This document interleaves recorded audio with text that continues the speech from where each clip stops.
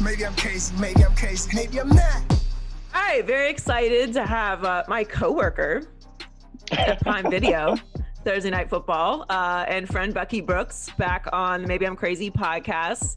The draft is approaching, so on a scale of 1 to like Christmas, Santa, how busy are you? Oh, I'm busy right now. I'm up under it. Like, not only because of the draft stuff, but my high school football season is also going at the same time. And so, Joy, normally when high school football is busy, I'm kind of light when it comes to TV. But right now, I am in the middle of all of it, and so it's been a challenge. It's been a challenge. Well, I appreciate you taking the time. We are obviously talking about the draft, probably 75% of the show on the herd at this point. It's coming up next week, and this draft feels unique to me, probably because of the amount of quarterbacks that we're discussing, and maybe all going in. Certainly 3 are going to go 1, 2, 3, but we might have 5 quarterbacks taken in the top 10. Now, obviously, a lot can happen draft day and someone could slip or whatnot, but all of these prospects outside of Trevor Lawrence everyone has like a different opinion about what they're capable of and where they should go. So I guess let's start with the one that I'm most confused about, which is Mac Jones, who is anywhere from a 2nd round pick to Tom Brady, which personally, I feel like it should be illegal. It should be illegal. You should be under the jail if you compare Mac Jones to Tom Brady, anyone to Tom Brady. It's not only disrespectful to Tom Brady, but I feel like it's wildly unfair to any prospect to be compared to Tom Brady, no? Yeah, I think it is wildly unfair. And I think the Tom Brady thing is unique because here's what I will say about Tom Brady and why he is the GOAT. Tom Brady's evolution from the time that he stepped into the league. He went from being a guy who had to kind of scratch and claw his way into the league as a 6th round pick. He steps in for Drew Bledsoe. They go on a magic carpet ride and win a Super Bowl, and he makes plays down the stretch that enabled him to do it. He then continues to kind of manage the team until he just kind of develops into this superhero where he's like Captain America and does everything, and takes over the Patriots. But during that run where he goes from being a game manager to a playmaker, he puts up all these numbers, but the Patriots weren't winning Super Bowls when he was putting up like the numbers at his peak. And then for them to come back around and for him to lead them to like 3 more Super Bowls, and then he goes to Tampa and wins 1 because of his mind and all that other stuff, like that is something that's uncommon. And so to put all of that on a prospect like Mac Jones, who's only played 17 college games as a starter, to be able to say that he is Tom Brady, I think that is a lot to assume that that's what he's going to be. And I get it. Look, he's smart. He ran the machine that is Alabama. They whooped people, and he played really, really well. But I just think it's crazy that if we go back and really listen to the conversations, at no point during the fall were we talking about Mac Jones being a 1st round pick. But yet here we are saying that he's a top 5 pick and a top 3 player and all this other stuff. And I'm like, whoa, hold on. Pump your brakes. He's a good player, but I don't want really good in the top 5. I want great. And I don't see anything that makes him special. And when we're talking about that part of it, I want special, and I just don't see a special player. Yeah, I mean, I agree. That's what I don't understand, because Trey Lance and Mac Jones have played the same amount of games. Now, obviously, Trey Lance went to South Dakota State and didn't play last year. So Alabama is obviously a major factor in Mac Jones being in the conversations he's in. But during the season, nobody was talking about Mac Jones going in the top 10 in the draft. He wasn't even being talked about as a 1st round pick. So what happened between the end of the season and now that Mac Jones has not only gone from being a later round pick to jumping Justin Fields, who throughout the season was being like, there was conversations about if Justin Fields is maybe a better prospect than Trevor Lawrence at some points in the season. So how did that happen?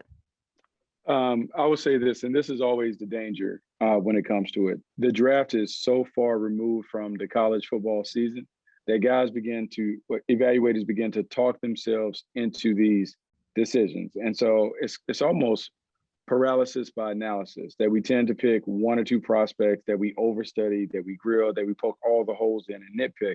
And then other guys kind of skate through in the back door.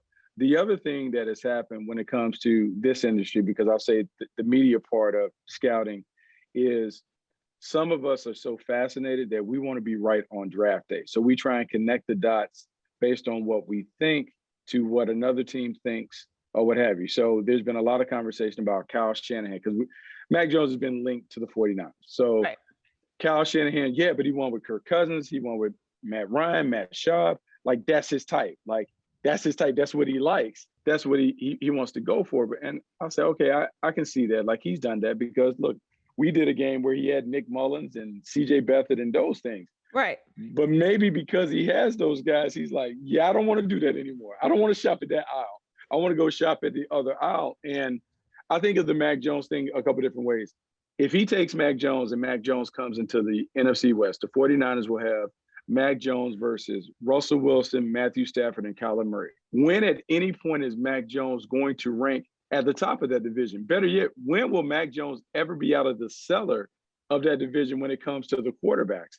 I just can't imagine him being a better player or better quarterback than any of those guys that we mentioned based on what those guys have from a talent standpoint compared to what he brings at the table without being disrespectful. Right. And I feel like a big part of it is the media saturation too. We have so much coverage of the draft and the NFL, and we have content we have to put out every day, and there's no new information. So sometimes we just think of things that might be new information, and then all of a sudden it becomes reality, like with Justin Fields. I don't know if any of these guys are going to work. Trevor Lawrence, I think will work because I think Urban Meyer's going to work there, and I think he's great. But it's still Jacksonville. Jacksonville has had moments throughout their history where they've had, some sparks of light, but it's never been consistent. So how great is Trevor Lawrence going to have to be to really establish Jacksonville as a perennial contender, which is what the expectations of him are? I think the reason why the optimism kind of springs eternal in Jacksonville is not only because of Trevor Lawrence, but because of Urban Meyer. Yeah. And even though Urban Meyer is making the jump from college to the pro game, his track record of success leads you to believe that he'll figure it out. He figured it out at Bowling Green, Utah, Florida, Ohio State. More times than not, you believe that someone who kind of knows how to do those things successfully, he'll continue to be successful wherever he's at. Trevor Lawrence is what I would call maybe the right kind of guy that you want as a franchise quarterback. People have talked about the generational talent and those things. And I think, look, I think he's a wonderful talent and all that. But I think the best stuff about Trevor Lawrence, his leadership ability, his intelligence, his confidence, and the fact that he just gets it. And I know a lot of people were critical of him about the comments that came out in Sports Illustrated where he alluded to, like, look, football doesn't define me. Like, I have other interests in those things. I actually think that is great because I think for him, he's been a guy since 14, 15, he's been hailed as the number one quarterback in recruiting, in college, in the pros. So I don't think he is really bothered by being on the stage. And I think he has found a way to have enough balance where it won't overwhelm him. I think for some of these kids, I think it can be overwhelming because let's think about it. This is kind of like the first time that Zach Wilson has kind of been elevated and put on that major stage. How is he going to handle that in New York where everything is going to be critiqued or whatever? Mac Jones was a 1-year starter, 1.5-year starter at Alabama. He's been elevated. How does he handle that big stage? I think you can make the same thing for Trey Lance, who is mature and all those other things, but he's coming from North Dakota State, which is like a smaller school, smaller environment, smaller market. He goes somewhere bigger, a lot of expectations. How does he handle it? And that's one of those things that we can't predict. I think for Trevor, though, I think the confidence lies in the fact that he's been on the big stage and he's lived up to all the hype that has kind of preceded his arrival. Well, I don't have a problem with him saying that. I think the way I look at Trevor is like, why would he have a chip on his shoulder? Who's ever doubted him? Right. His third grade coach, like he's always been great and he's worked for it and he's gotten better. But like, there's not been something that's happened to my knowledge that would put a chip on, like generally a chip on the shoulder guy is like, that's someone we describe as like an overachiever. Like the expectation has been here and his performance has been here since he walked into college football. And now he's going to be the number 1 overall pick. So it's like, I don't need a chip on my shoulder. I'm great. And I work hard. So that's it. Like there's nothing to overcome. He's a prodigy. Yeah, so I think the thing people have a tough time with, I think the overwhelming majority of people identify with underdogs for whatever reason. Well, yeah, because Um, most people are not prodigies. yeah, so I think because most people identify with underdogs, when you have someone who's like, yeah, cool, yeah, I don't need the chip on the shoulder. Like I believe that I'm great. I'm gonna continue to be great because this is what I am. And so I think that makes people kind of pause, like, whoa, how can you exist in this world without being mad or angry, or what Right. about the haters and all that other stuff? And I think Trevor really said this. Look, I'm intrinsically motivated. I don't need outside influence to spark me to make me go lift weights or maybe go throw the rock or whatever. Like I want to be great just because that's who I am. I think it was telling, I don't know how many people knew this, but he wears 16 because he emulated Peyton Manning when Peyton Manning was at Tennessee. That was his hero. And so typically we don't emulate those who don't have things that we admire or that we have in ourselves. And so if we know Peyton Manning and how Peyton prepared and how he was wired, Trevor certainly has to have some of that in there because he felt Yeah. so strongly linked to Peyton that he wore his number. I think he has that in there. I just think he is a unique guy where he is able to balance it all and it doesn't really overwhelm him like it may overwhelm some other people. Okay, so let's play a little mock draft here then. Trevor's going to go to Jacksonville. Zach Wilson's going to go to the Jets. Let's say, although I can't imagine this world, but let's say Mac Jones goes to the 49ers. Justin Fields goes to... where would Justin Fields go then? You know, like that's the thing. Like that's kind of what's Like, scary. let's say Trey Lance goes to Denver. Man, if Trey Lance goes to Denver, so the landing spots, when we think about the natural spots for quarterback, once we get past 4, if Atlanta doesn't take a quarterback at 4, then the next stop where you have to consider it will be 8, which would be the Carolina Panthers. Because I don't think the Detroit Lions are going to make a move. I think they No, kind I of don't want think to. they will. And Yeah, I'm assuming so that Atlanta is going to trade out of that spot in this mock draft scenario. yeah, so 8 would be the Carolina Panthers, even though they got Sam Darnold, they still would probably consider it. The Denver Broncos at 9. After 9, I mean, you're talking about a slide. Like you're talking about the New England Patriots maybe at 15. For Justin Fields? Yeah, potentially. Okay, so like let's say that happens, right? Atlanta trades out of that spot. Trey Lance goes to Denver and Justin Fields goes to the Patriots. So Justin Fields, Patriots, Trey Lance, Denver, Mac Jones, 49ers, Zach Wilson, Jets, and Trevor Lawrence to Jacksonville. In 3 years, who is having the best career? Ooh. Hmm. I Because would bet that's the space we're giving to evaluate young quarterbacks, even though I think that window is getting shrinking. smaller. I would say I would bet on the Patriots and Justin Fields if that was to play out, because I'm always willing to bet on the coaching staff and the environment. The coaching staff, Bill Belichick and those guys have figured it out. They figured it out last year and they were terrible and still won 7 games. And so you give them talent, which they've upgraded the talent in the offseason, a full offseason. I would say that Justin Fields will be ready. I think what would be interesting about that scenario, I think Justin Fields might have played for Cam Newton's 7-on-7 team when he was coming up in Atlanta. And I know people don't like to think of it like this, but a natural mentoring relationship that could exist in the locker room if you have Cam Newton and Justin Fields. It also would signal to me this is Bill Belichick going all in on the athletic quarterback. Yeah. He has seen Lamar Jackson hurt him personally. He has seen Patrick Mahomes give them problems. He's seen a wave of new athletic quarterbacks have a lot of success, including Josh Allen up in Buffalo. Man, if you want to double down and say, you know what, we're going to join the rest of the crew and we're going to have an athletic quarterback, you now have Cam Newton and Justin Fields, that would give them an opportunity to do that stuff. I think I gotta agree.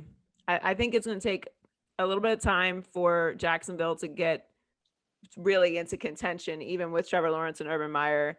I mean, you got to look at where people are going. Mac Jones to the NFC West. Now, Mac That's Jones difficult. but Mac Jones will have a ton of success because, like, we're betting on Kyle Shanahan being able to figure it out. Kyle Shanahan has made most of the quarterbacks that he's touched play really, really well. His system, Really the well, but, playmakers. or win Super Bowls and go to Super Bowls. I mean, they went to the Super Bowl with Jimmy Garoppolo. I mean, he had Yeah, Matt Ryan Bill in position. Belichick wanted Jimmy Garoppolo. You know, like they had those guys ready to go. I think with Shanahan, his system, and the supporting cast that they have around, I think any quarterback can be successful there. The running game is going to protect you. Like he'll be fine. But I think they will be very good with Mac Jones. I think potentially they could be great with Trey Lance or Justin Fields because they have the run game that they would bring as an athletic quarterback. That would be extra, and that would add a dimension to what they already have. Yeah, I think the 49ers and the Patriots are the safest bets for who's going to develop quickly, but this is going to be a fun draft. Kyle Pitts is the best prospect outside of Trevor Lawrence in this draft, right? Yeah, he's a unicorn.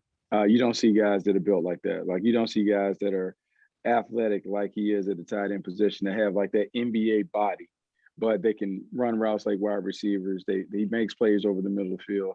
He's just a really, really hard matchup. And as you think of, I just hope that he goes to a team where the offensive coordinator understands how to unlock his potential, meaning they understand how to get the ball to the tight end. They're able to do some creative stuff because I would hate for him to go and he's a tight end that has to stick his hand in the dirt and we never really see them tap into all of his talents. If he goes to a creative coordinator, he's gonna be a problem. He's a tough dude to deal with. Yeah, that would be a terrible waste. Miami, let's do it. Thank you so much, Bucky. I'm always rooting for that. I dig it because I actually think he would be the pick that if he's somehow there at 6, I think they would take him over the wide receiver because impact in the middle of the field would allow those guys on the outside. And Mike Gesicki, who's their tight end right now, is a really good player. So to have two guys that are kind of versatile and dynamic to go with what they already have, and Devonta Parker, Will Fuller, those things, they need a running back, but that would be a very fun and creative offense down in South Florida. Yeah, well, I'm hoping from your lips to God's ears, but this will be a fun draft either way. Thanks so much for joining us, Bucky. I know you got like a million calls today, so I appreciate it. Hey, thanks for having me, Joy.